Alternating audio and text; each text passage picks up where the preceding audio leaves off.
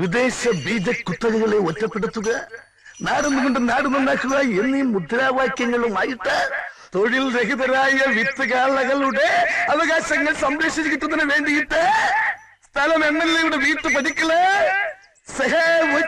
കുട്ടന്റെ നേതൃത്വത്തില് ഒച്ചിറ വേലു നയിക്കുന്ന മൊബൈൽ നിരാഹാര സമരത്തിന്റെ മഹത്തായ 2ാം ദിവസമാണ്. പണ്ട് മഹാകവി പ്ലീ പാടി വിദ്യായന്തിനു മർത്യനു വിത്തുകാളകൈവശമാവുകിൽ പരമ്പര ഗതാഗത പ്രത്യുത്പാദന രംഗത്തിനെ അട്ടിമറിക്കാൻ പ്രത്യുത്പാദന രംഗത്ത് യാതൊരു പാരമ്പര്യവുമില്ലാത്ത ഒരു പീറ ചെറുക്കന് ഡോക്ടർ പട്ടം കൊടുത്ത് ഇങ്ങോട്ടേക്ക് അയച്ച വ്യവസ്ഥിതിയെ, ആ യാഥാസ്ഥിതിക വ്യവസ്ഥിതിയെ ഞാൻ ചോദ്യം ചെയ്യുകയാണ്. പ്രിയമുള്ളവരെ, ഇന്ന് മൃഗങ്ങളുടെ ബീജം മാത്രമാണ് വിദേശത്ത് നിന്ന് ഇറക്കുമതി ചെയ്യുന്നത്. എന്നാൽ നാളെ മനുഷ്യ ബീജവും ഇറക്കുമതി ചെയ്താൽ, അല്ലെ പുരുഷന്മാരെ, നിങ്ങളുടെ അവസ്ഥ ഈ വിത്തുവാളയേക്കാൾ ഭയാനകമായിരിക്കും. ഓർക്കുക വല്ലപ്പോഴും. ഓ, അവന്റെ ഒടുക്കത്തെ ഒരു മൊബൈൽ സമരം. വേറെ ഒരു സ്ഥലവും കണ്ടില്ല ഇവന്. അച്ചമ്മയെ സ്വാധീനിച്ച് എന്റെ മൊബൈൽ സമരം തകർക്കാനുള്ള പദ്ധതിയുമായിട്ടാണ് ആ കൊച്ചുതണ്ടി ഇങ്ങോട്ട് വന്നിരിക്കുന്നത്. ഭൂമിയെ കാണാനുള്ള എല്ലാ പ്ലാനിങ്ങും പൊളിയും. ഏതായാലും വെച്ച കാലം മുമ്പോട്ട് തന്നെ. അവന് മുമ്പ് ഞാൻ കാര്യം സാധിക്കും. ഇവനെന്തിനാ ഓടണേ? അച്ചമ്മേ,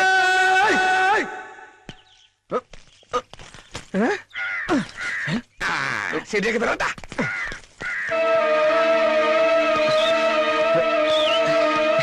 എവിടെയാണ് നിന്റെ ഭൂമിക ചേച്ചി? ഇയാളെന്തിനാ ഇപ്പൊ ഇങ്ങോട്ട് വന്നേ?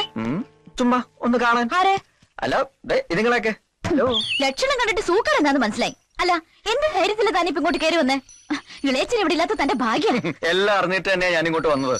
കൃത്യമായി പറഞ്ഞാൽ MLA-യും പരിവാരങ്ങളും ഇപ്പോ തഹസീൽദാരുടെ കല്യാണ സ്ഥലത്ത് എത്തിയിരിക്കും.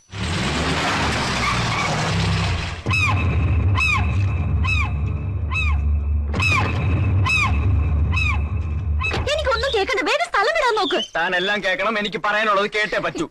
അതെ, ഞാൻ അറിയാതെ ഇവിടുന്ന് ഒരു സാധനം മോഷ്ടിച്ചു പോയി. അതൊന്ന് നേരി പറയാൻ വേണ്ടി ഇത്രയും കഷ്ടപ്പെട്ട് ഇങ്ങോട്ട് വന്നത്. താനെന്താ ഇവിടുന്ന് മോഷ്ടിച്ച്? തന്റെ ഹൃദയം. എന്റെ സമരം പൊളിക്കാൻ വേണ്ടി മാത്രമാണ് ആ വൈദ്യുതി ഇപ്പൊ ഇവിടെ വന്നത്. MLA-യുടെ സ്ഥാനത്ത് നിന്നും അച്ചമ്മ ഇപ്പോൾ തീർപ്പുണ്ടെങ്കിൽ തന്നെ. അവൻ എവിടെ? മതിലിയാടി പോണുണ്ട്. മതിലിയാടിയെന്നു പറഞ്ഞടാ. കണ്ണിപ്പെട്ട തന്റെ ജീവൻ പോലും ബാക്കിയുണ്ടാവില്ല. എങ്ങോട്ടെങ്കിലും പോയി ഒളിക്ക്.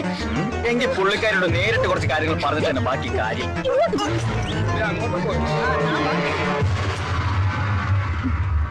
ആ ഡോക്ടർ ചെക്കനെ കണ്ടോ നീ? ഞാൻ കണ്ടില്ല. അവന്റെ പ്രാന്തം. അപ്പൊ എന്തിനാ അവൻ ഇവിടെ വന്നതെന്നറിയണമല്ലോ. പാടോ.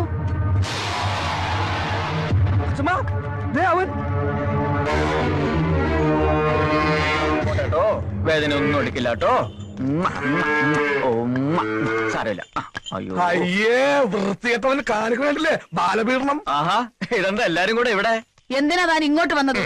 മൃഗഡോക്ടർ ആണെങ്കിലും അല്പം മനുഷ്യത്വം കാണിക്കണ്ടേ? ഒരു കിടാവിനാണ് മൂക്കേറ് കെട്ടിയത്. മിണ്ടാപ്രാണിയല്ലേ, ഒന്ന് വന്ന് കണ്ടിട്ട് പോകാന്ന് കരുതി. അതിന് താൻ എന്തിനാ മതിലിയാടിയെ?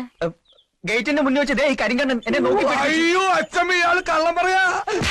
മിണ്ടരുത്. ഇനി ഈ വേഷവും കെട്ടി MLA കാണാനാണെന്നും പറഞ്ഞ് വീട്ടു പരിസരത്ത് കണ്ടുപോകരുത്. നമസ്കാരം. ഇവിടെ വെച്ച് കണ്ടത് നന്നായി. ഞങ്ങൾ വീട്ടിൽ വരാനിരിക്കുകയായിരുന്നു. ഇതെന്റെ മോൻ ഡോക്ടർ സുധീർ. നമസ്കാരം. ഇവിടെ ജനറൽ ഹോസ്പിറ്റൽ ഡോക്ടറായി ജോയിൻ ചെയ്തു. പട്ടാമ്പി സ്വദേശം. പറഞ്ഞു വരുമ്പോ ഭൂമികയുടെ അമ്മയുടെ ഒരു റിലേറ്റീവായി വരും. എന്താ കാര്യം? മോന് ഭൂമികയെ വിവാഹം ആലോചിച്ചാൽ കൊള്ളാവുന്നുണ്ട്. ആയിക്കോട്ടെ. ഇവിടെ ജോയിൻ ചെയ്തെങ്കിലും ഹയർ സ്റ്റഡീസിന് വിദേശത്ത് പോകാനാ പ്ലാൻ. കുടുംബത്തിലെ എല്ലാ സ്വത്തിനും ഏക അവകാശിയാ ഒറ്റ മോനേ ഉള്ളൂ. ഞങ്ങൾക്ക് ആകുള്ളൊരു മോളാ. അവളെ കെട്ടുന്നവനൊരു യോഗ്യനായിരിക്കണം. വഴിയിൽ വെച്ച് വേണ്ട പെണ്ണ് ചോദിക്കല്. ഒരു ചടങ്ങായിട്ട് തന്നെ ആയിക്കോട്ടെ. നാളെ വീട്ടിൽ വന്നാൽ മതി.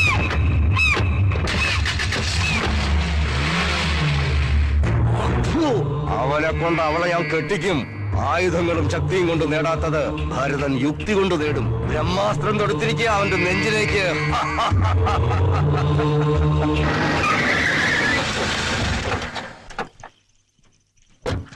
വന്നത് നന്നായി.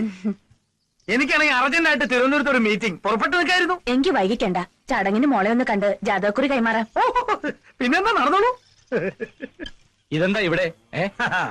പെണ്ണ് ചോദിച്ചു വന്നല്ലേ. പങ്കജാശ, എല്ലാരും ഒന്ന് പരിചയപ്പെടുത്തി കൊടുക്കും. അതിനെന്താ?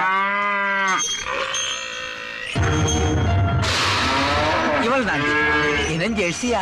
നല്ല അടക്കം ഒതുക്കം ഉള്ളവളാ ഇവള് മാളൂട്ടി. ഇത് എരുമ. ഇവളതുകളെ ചിരിപ്പിച്ചൊക്കെ കൊതിപ്പിക്കും. എരുമി തോമി എന്നാ ഞങ്ങള് വിളിക്കുന്നത്. നല്ല ഉഗ്ര പാട്ടുകാരിയാ. വാ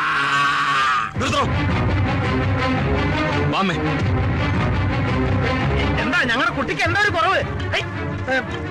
ഞാൻ അഭിപ്രായം ഒന്നും പറഞ്ഞില്ല. എന്റെ പെണ്ണിന് ഇഷ്ടായില്ലേ? വിളിച്ചു വരുത്തിയത് അപമാനിക്കാനായിരുന്നു അല്ലേ? അതെ, നിന്നെയൊക്കെ ക്ഷണിച്ചു വരുത്തി ഇങ്ങനെ സൽക്കരിച്ചാലേ മറ്റുള്ളവർക്ക് ഒരു പാടാവുള്ളൂ. എനിക്കറിയാം നിന്റെയൊക്കെ ഈ വരവിന്റെ പിന്നിൽ ബുദ്ധി ആറിയതാണെന്ന്. ആ ഭരതന്റെ അല്ലേ? ഏത് കൊടിയേറ്റ സായിപ്പായാലും കോറാത്ത പെണ്ണിനെ മോഹിച്ചാൽ കുടലെടുത്തേ വിടത്തുള്ളൂ ഇവിടുത്തെ പിള്ളേര്. ഞങ്ങൾ ദാനം ചോദിക്കാൻ വന്നല്ല.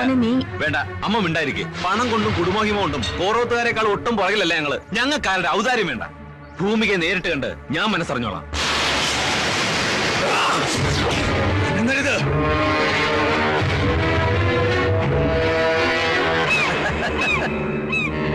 പെണ്ണ് ചോദിച്ച ആ നിമിഷം കഴുത്ത് വെട്ടേണ്ടതായിരുന്നു. ഇപ്പൊ വീണ്ടും നിനക്ക് ആ ജീവൻ ഭിക്ഷയായിട്ട് തരുന്നു. എന്തിനാണെന്നോ? നിന്നിങ്ങോട്ട് അയച്ചില്ലേ ആ ചെറ്റിയോട് ചെന്ന് പറയാൻ, മുള്ളിനെ മുന ചത്താൻ മെനക്കെടരുന്ന്. മനസ്സിലാടാ? അല്ല, കൈമാറ്റണ്ട. അപ്പോ അവന്റെ നെഞ്ചത്ത് തന്നെ തറച്ചു. അങ്ങനെ മർമ്മത്ത് വെട്ടിയാലേ അവന് നോവൂ. കൂറുകാട്ടിയവന് പാരിതോഷികമായി നൽകാൻ വെച്ച നിധി അവള്. അത് നീ കൈക്കലാക്കണം. എന്റെ കുടുംബത്തെ ഒന്നടങ്കം അപമാനിച്ച് ആട്ടിവിട്ടല്ലേ? വാശി തന്നെയാ. എന്തായാലും രണ്ടിലൊന്നറിഞ്ഞ് ഇനി ഞാൻ ഈ നാട്ടിൽ നിന്ന് പോകുന്നുള്ളൂ. മിടുക്കൻ. ആദ്യം അവളുടെ മനസ്സ് കീഴ്പ്പെടുത്തണം. അവിടെയാണ് നിന്റെ കഴിവ്. കൂടെ ഞങ്ങളുണ്ടാവും.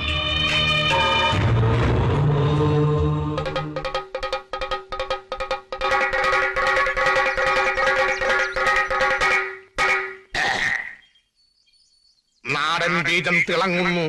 Local semen ചൈനിങ്. പാവപ്പെട്ടവന്റെ വോട്ട് വാങ്ങി വിജയിച്ച ഒരു സാധാരണ മൃഗത്തിന്റെ അടിസ്ഥാന പ്രശ്നങ്ങൾ പരിഹരിക്കാൻ കഴിയാത്ത ഇവിടുത്തെ എംഎൽഎക്ക് എങ്ങനെ മനുഷ്യരുടെ ക്ഷേമങ്ങൾ നിലനിർത്താൻ സാധിക്കും? സുഹൃത്തുക്കളെ, എനിക്കറിയുമോ എന്ന് നിങ്ങൾക്കറിയില്ല. അങ്ങ് വടക്ക് യുപിയിലും ഗുജറാത്തിലുമെല്ലാം ഗോകുൽ ദൈവങ്ങളാണ് ദൈവങ്ങൾ. അതുകൊണ്ട് ഇനി ഇവിടുത്തെ മൃഗങ്ങളുടെ കണ്ണീര് പോവാനും സ്വാന്തരിപ്പിക്കുവാനും അവരുടെ നീറുന്ന സ്വകാര്യ പ്രശ്നങ്ങൾ പരിഹരിക്കുവാനും ഇവിടുത്തെ ഒരേ ഒരു ശക്തിക്ക് കഴിയൂ. ഇത് ഭരതേട്ടന്റെ വകയാ. ഞാനിപ്പോ നിങ്ങളാളാ. അത് തന്നെയാ തന്നത്. കഴിഞ്ഞ ദിവസം വരെ നീ മറ്റവരുടെ പഠിക്കലായിരുന്നു. അവിടുന്ന് ചവിട്ടി പുറത്താക്കിയപ്പോ ഇപ്പൊ ഇവിടെ ഓന്തിനെ പോലെ നിറം മാറുന്ന നിന്നെ എങ്ങനെ വിശ്വസിക്കാനാടാ തെണ്ടി? അടിയടാ അവനെ. വൈമാറ്, എനിക്ക് വീട്ടിൽ പോണം. അറിയാവുന്ന എല്ലാ ദൈവങ്ങൾക്കും നേർന്നിട്ടുണ്ട് തന്റെ പട്ടിക്കോ പൂച്ചയ്ക്കോ എന്തെങ്കിലും ഒരു അസുഖം പിടിക്കണമെന്ന്. അങ്ങനെയെങ്കിലും തന്നെ ഒന്ന് കാണാൻ കിട്ടുമല്ലോ. താൻ വിചാരിക്കുന്ന പോലെ ഒരു പെണ്ണല്ല ഞാൻ. എനിക്ക് തന്നെ ഇഷ്ടമല്ല. എനിക്ക് തന്നെ ഭയങ്കര ഇഷ്ടാ. ഒരാളെ ഇഷ്ടപ്പെടാൻ അയാളുടെ അനുവാദം വേണമെന്നില്ലല്ലോ. ഒരപേക്ഷയുണ്ട്. വല്ലപ്പോഴും എന്റെ കൂട്ടുകാരിയെ കാണാൻ കിട്ടുന്ന ഈ സ്വാതന്ത്ര്യം നിങ്ങൾ കാരണം എനിക്ക് ഇല്ലാണ്ടാവരുത്.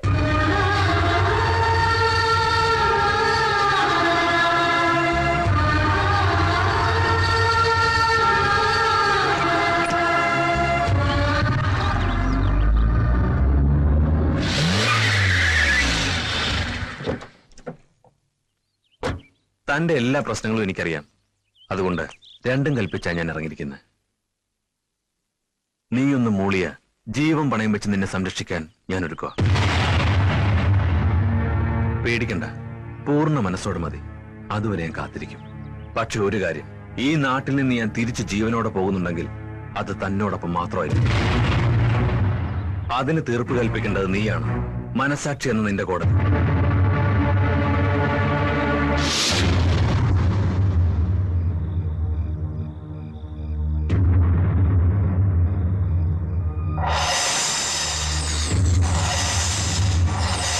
ഒരു നോക്ക് കണ്ട അന്നു മുതൽ നിന്നെ ഈ നെഞ്ചിൽ കൊണ്ട് നടക്കുകയാണ്.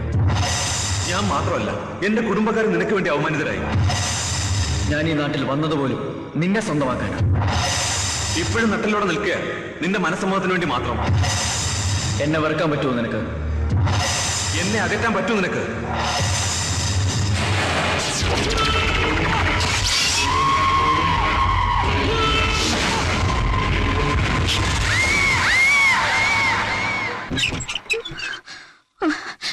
എന്താ എന്തു വെച്ചു മോളെ?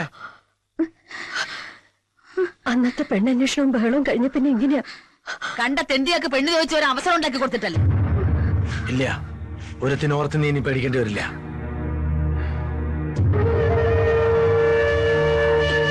എന്താ എന്റെ മോൾക്ക് പറ്റിയേ? എനിക്ക് പേടിയാവുന്നു അമ്മ. അമ്മ എന്റെ ഒപ്പം കിടക്കുവോ?